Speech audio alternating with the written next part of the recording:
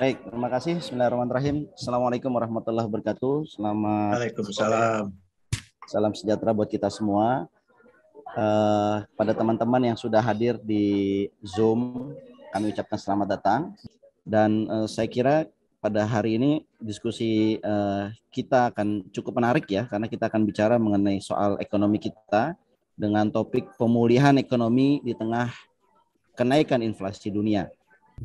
Ya, kita melihat bahwa memang berbagai indikator ekonomi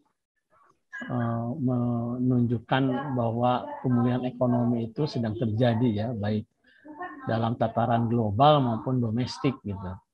Hal ini seiring dengan terjadinya penurunan kasus aktif dari COVID-19 dan semakin menyebarnya program vaksinasi ya dari waktu ke waktu gitu.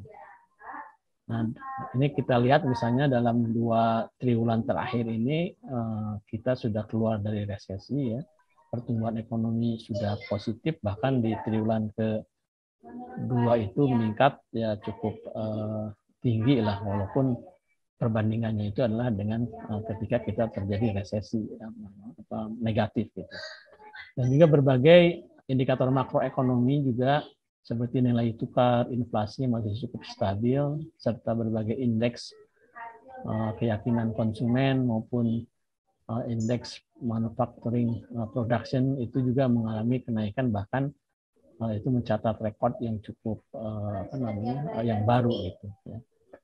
Nah, namun di tengah adanya perbaikan berbagai indikator perekonomian di Indonesia ya, di dalam negeri, saya kira kita juga pada saat yang sama itu pemulihan ekonomi ini kembali terancam gitu ya, akibat dari kenaikan inflasi yang terjadi di berbagai negara besar seperti Amerika Serikat dan Cina serta Eropa ya kan. Misalnya saja pada bulan Oktober 2021 inflasi di Amerika ini mencapai 6,2% ya. Di EU itu hampir double ya, 2 kali lebih besar, dan juga Cina mengalami tekanan yang sangat ya istilahnya mungkin yang sangat besar ya. Indeks harga produsen itu meningkat tajam sampai 13,5%, yang itu merupakan rekor 26 terakhir ini gitu. Ini ancaman krisis ekonomi pasca pandemi. Jadi substansi pandangan saya adalah kita mulai harus waspada. Sudah lagi bukan soal pandemi. Bisa jadi tidak ada pandemi susulan dan kita berharap begitu. Negara-negara lain sebagian pulih, tapi kita mungkin salah satu negara yang justru terancam kesulitan untuk pulih. Kalau cuma tidak pulih masih satu soal. Bagaimana kalau kita akan mengalami resesi bahkan krisis. Kurang lebih begitu. Nah, pertama di tema ini kita akan bicara dulu pemulihan ekonomi toh. Apa indikatornya? Masalahnya di pembicaraan netizen yang itu dipicu oleh otoritas sendiri. Seolah-olah pemulihan ekonomi itu adalah pertumbuhan ekonomi. Bahkan lebih sempit lagi dari pertumbuhan ekonomi, yaitu pertumbuhan PDB. Kita yang belajar ekonomi tahu persis ya, pengertian pertumbuhan PDB itu tidak sepenuhnya mencerminkan pertumbuhan ekonomi. Karena kalau pertumbuhan PDB ya bisa triwulan, bisa tahun. Sementara pertumbuhan ekonomi itu adalah pertumbuhan PDB real per kapita dalam jangka panjang. Udah berapa faktor itu? Kalau pakai PDB per kapita real, udah lebih rendah daripada PDB biasa. Ditambah lagi kalau dia berlangsung, cara menganalisisnya tidak bisa triwulan atau tahun. Nah, tapi sudahlah, memang pertumbuhan ekonomi jadi sama dengan pertumbuhan PDB kan.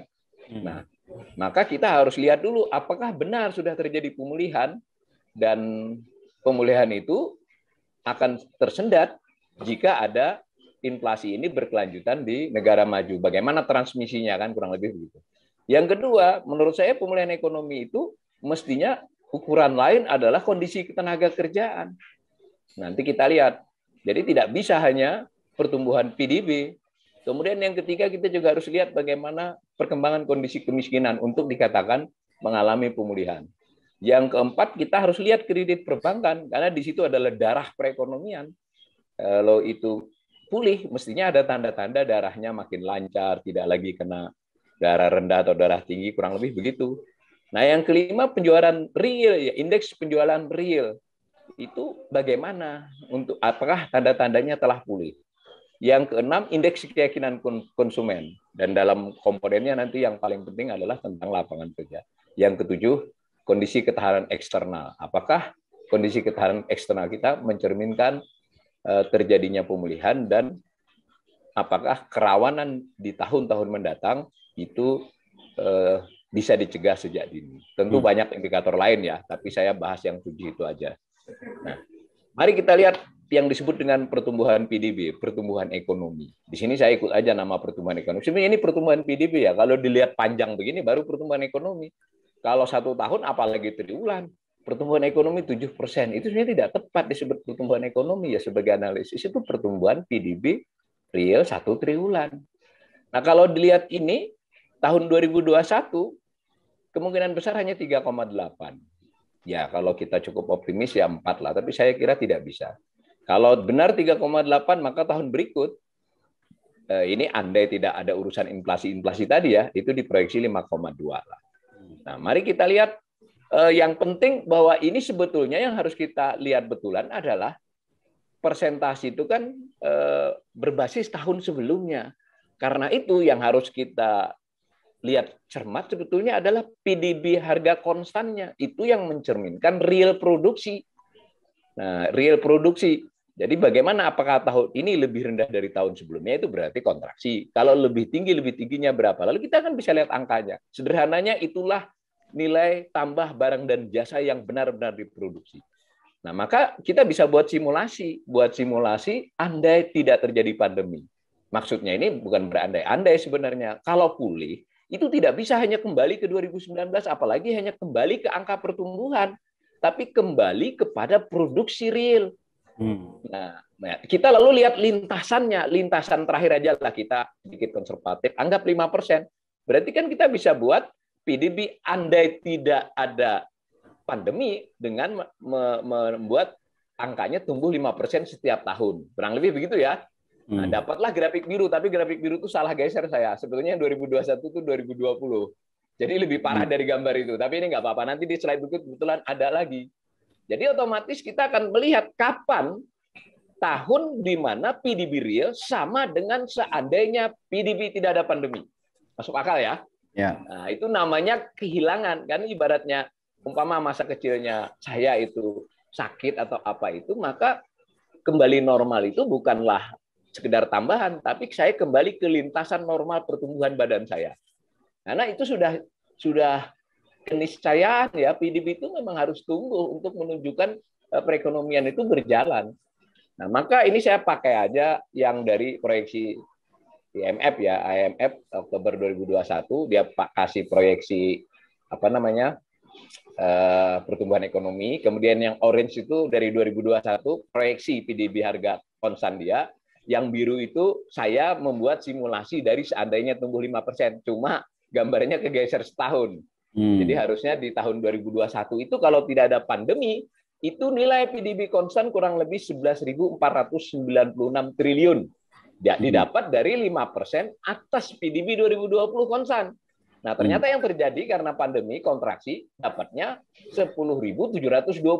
Dibuatlah proyeksi. Maka kalau pakai ini sampai 2026 kita belum pulih sebenarnya. Belum berhasil mengkompensasi kehilangan. Pulih lebih tinggi dari 2019, tetapi belum mengkompensasi kehilangan. Sebenarnya ini ukuran lajim loh ya, itu namanya PDB loss ya, yang hilang dari kemungkinan. Dan ini penting buat untuk mengukur seberapa kita sudah mendorong proses pemulihan. Nah, ini gambarnya. Menurut nota keuangan RAPBN yang sebelah kiri itu diproyeksikan tahun 2021 3,7 sampai dengan 4,5. Ini belum dirubah oleh APBN ya. Berarti kalau garis tengah 3,7 tambah 4,5 bagi 2 4,1 kan proyeksinya. Ya. Nah, kalau 2022 berarti proyeksinya 5,25 dan seterusnya. Nah, saya buat aja gambar itu, tapi saya tidak mau terjebak angka pertumbuhan ekonomi, tapi PDB realnya. Maka mulailah saya dari tahun 2020. Yang orange itu proyeksi as usual, jadi yang otomatis sama dengan proyeksi reform, karena udah dilewati ya, 2020 kan sudah dilewati.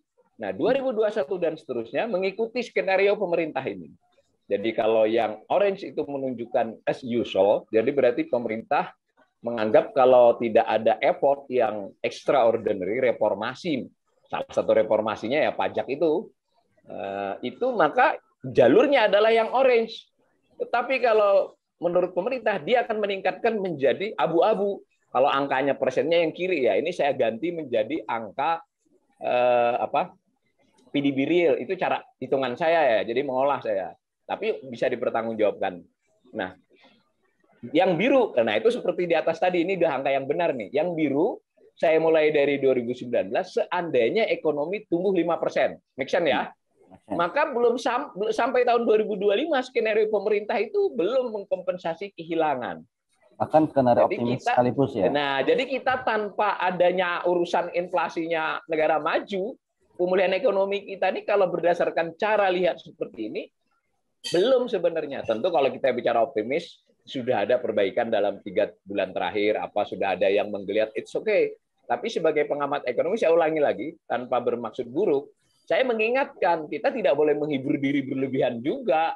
Ekonomi kita ya masih begini faktanya. Nah, satu lagi terkait dengan pertumbuhan ekonomi itu, sektoralnya bagaimana? Karena kalau pertumbuhan ekonomi, di slide berikut terlihat, bahwa kalau pertumbuhan ekonomi hanya bertumpu kepada sektor-sektor yang tidak lazim itu tidak lazim sebelumnya maksudnya. Misal Infocom, jasa keuangan dan asuransi, kesehatan. Sementara tiga sektor terbesar seperti industri pengolahan, pertanian, perdagangan, seperti apa? Kenapa? Karena ini yang agak sedikit mengkhawatirkan ya. Sebelum pandemi pun, tiga sektor ini cenderung di bawah laju PDB rata-rata, laju pertumbuhan ekonomi. Nah, di depan, jika ini masih terus berlanjut, maka bisa dipastikan kualitas pertumbuhan ekonomi kurang inklusif. Karena tiga sektor inilah yang menyerap tenaga kerja yang sangat banyak. Jadi, misalnya angka 5 dicapai, 5,5 dicapai, tetapi ditopang oleh sektor-sektor yang tidak mengusung tenaga kerja yang banyak. Pak Hidayat. Jadi itu kan artinya kita belum pulih. Nah, kurang lebih begitu. Ini gambaran sebelumnya saja. Bagaimana dengan yang kedua yang saya tawarkan tadi? Sebenarnya bukan tawaran saya, ya. Itu saya memilih saja dari indikator yang lazim tentang pekerjaan, tingkat pekerjaan. Nah, tingkat pekerjaan ini sama sekali belum mengindikasikan perbaikan dibandingkan pertumbuhan ekonomi. Karena hingga tahun 2021 tadi, untuk kondisi Agustus 2021 dibanding kondisi Agustus 2019 sebelum pandemi itu jauh ya. Jadi jumlah penganggur masih 9,1, turun dari Februari. Itu bukan turun karena pemulihan, itu turun karena musim panen lewat. Saya kira kawan-kawan yang ahli pertanian paham lah. Biasa sudah kalau Februari itu biasanya bisa membaik. Tetapi nyatanya ini masih Agustus masih 9,1. Tingkat pengangguran pun 6,49 sampai Agustus 2021. Dan ingat pengalaman di masa lalu, di masa krisis, tingkat pengangguran ini setelah krisis masih naik. Jadi setelah 98 itu masih naik tingkat pengangguran maupun jumlah penganggur. Dan turun perlahan, belum pernah mencapai tingkat sebelum krisis. Nah, maka pertanyaan seriusnya adalah bagaimana kita mengukur pemulihan ekonomi dari sisi tingkat pengangguran terbuka ini. Nah, yang kanan untuk menekankan lagi saja. Sebetulnya salah satu dampak pandemi adalah meningkatnya pekerja tidak penuh. Mereka yang bekerja kurang dari 35 jam sehari. Yang jumlahnya mencapai lebih dari 4 sampai 46 juta ya pada waktu 2020. Membaik di 2021, tapi kalau dibandingkan 2019 jauh. Sebelumnya hanya di kisaran 36 juta. Jadi ada tambahan 8 jutaan pekerja tidak penuh. Belum pulih di 2021 dan kurang lebih begitu. Satu lagi aspek tenaga kerja ini yaitu soal pekerja bebas di pertanian dan pekerja keluarga tidak dibayar ya. Kurang lebih begitu. Jadi ada orang yang bekerja karena sebelumnya dia kena pandemi, yang kanan itu, dua kanan bawah itu, sebelumnya hanya 14,76 juta, tetapi pandemi memukul mereka, PHK dan lain sebagainya, lalu mereka pulang kampung atau ikut saudaranya yang jualan kaki lima. Nah, saudaranya kasihan, apalagi kalau itu ayahnya atau kakaknya, ya sudah kami ikut saja, tapi tidak dibayar, hanya dikasih makan. Oleh BPS dicatat sebagai pekerja ya, pekerja keluarga tak dibayar. Jumlahnya tidak main-main, 18,32 juta dan hanya sedikit turun di 2021. Jadi dari sisi ini pemulihan belum tampak di angka pengangguran. Ya membaik, tetapi pulih kan kita ukurannya 2019 dong, kalau mau pulih. Nah, lalu bagaimana tahun-tahun ke depan? Nah, sayang pemerintah tidak begitu terbuka menunjukkan proyeksinya. Yang ada proyeksinya IMF. Nah, sama berdasarkan proyeksi IMF sampai tahun 2025 kita baru hampir sama dengan 2019. 5,28, jadi itu 2025 5,30, masih lebih tinggi sedikit kan. 2026 baru pulih. Kebayang tidak bahwa berdasarkan proyeksi ini masih panjang lagi cerita terkait pengangguran ini. Dan urusan pengangguran ceritanya berlarut kepada daya beli dan seterusnya. Itu kriteria kedua, indikator kedua. Indikator ketiga adalah terkait dengan kemiskinan.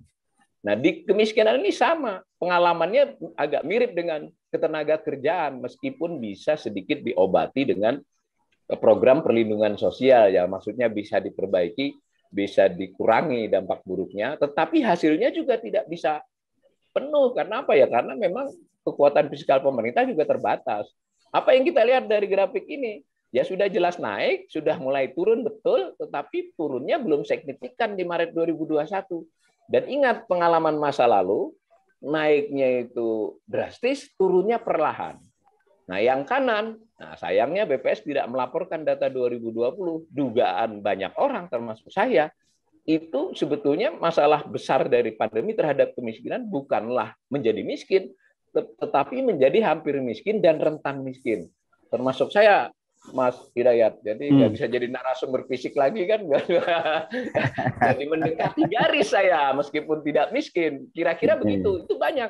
Jumlahnya berapa? Tahun 2019 92 juta, 2020 tidak ada informasi. Dugaan saya, kalau saya belum sempat ini tadi, kalau nanti bisa dapat kawan yang punya data mentah Susenas bisa diolah, saya khawatir itu di kisaran 100 juta.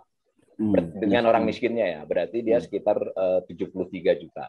Berarti kalau benar 100 juta, kalau kita ketemu 10 orang, 3 orangnya pasti miskin. Nah, kurang lebih ini menurut saya harus diperhitungkan bahwa ini salah satu indikasi pemulihan ekonomi. Jangan cuma pertumbuhan PDB. Yang naik Infocom, jasa kesehatan, nanti tambah konstruksi sedikit atau apa. Yang ini bagaimana? Yang ini terkaitnya adalah pertanian, industri pengolahan, perdagangan, sudah pasti karena mereka bergerombol di sana kerjanya. Nah, lalu ciri keempat, indikator keempat, ya bagaimana dengan bank? Apakah sudah terjadi penyaluran kredit yang pulih gitu? Ya jawabannya belum. Membaik tapi tidak pulih. Membaiknya itu dari bulan sebelumnya. Hingga Juli, Agustus tadi kurang dari 1% pertumbuhan kredit. Sampai Juni masih kontraksi. Kalau digambar, bank ini memang prosiklikal kalau situasinya. Jadi kita bisa bolak-balik, bisa mengatakan perekonomian masih belum pulih karena bank tidak memberi penyaluran kredit yang kuat ke sektor real. Tapi dibaca terbalik bisa. Bank tidak memberikan penyaluran kredit karena dia memperhitungkan risiko yang tinggi. Artinya pihak perbankan menganggap ekonomi belum sepenuhnya pulih. Kalau pulih, yang kuning itu 68%. Itu kan kredit. Nah, nggak mungkin. Masih dia meningkatkan di yang abu-abu 17,74% di Juni 2021, yaitu surat berharga. 90% dari surat berharga itu adalah surat berharga negara, SBN. Nah, termasuk juga yang biru, dia tetap naruh uang di Bank Indonesia. Kalau mau digambar lebih jelas, itu di slide berikut, LDR ya, loan to deposit ratio. Jadi bank begitu hati-hatinya, dan itu dalam laporannya OJK, dalam laporannya Bank Indonesia, industri perbankan aman. Betul sekali, orang karnya saja 25%, artinya kecukupan modal 25%, saya kira termasuk yang tertinggi di dunia. Aturan 8%, dia 25%. Tetapi dibaca terbalik, ya banknya aman, tetapi bank tidak melaksanakan atau belum bisa melaksanakan optimal amanat undang-undang perbankan, bahwa harusnya perbankan itu adalah lembaga intermediasi yang memberikan dukungan kepada pendanaan dan mendorong pertumbuhan ekonomi. Itu tidak dia lakukan. Ya ajarlah, dia bisnis kok. Loh, kok SAL yang dipakai untuk nopang BUMN, kenapa SAL nggak dulu dipakai untuk karena apa itu namanya lockdown itu misal, tapi itu udah lewat, terserah pemerintah lah.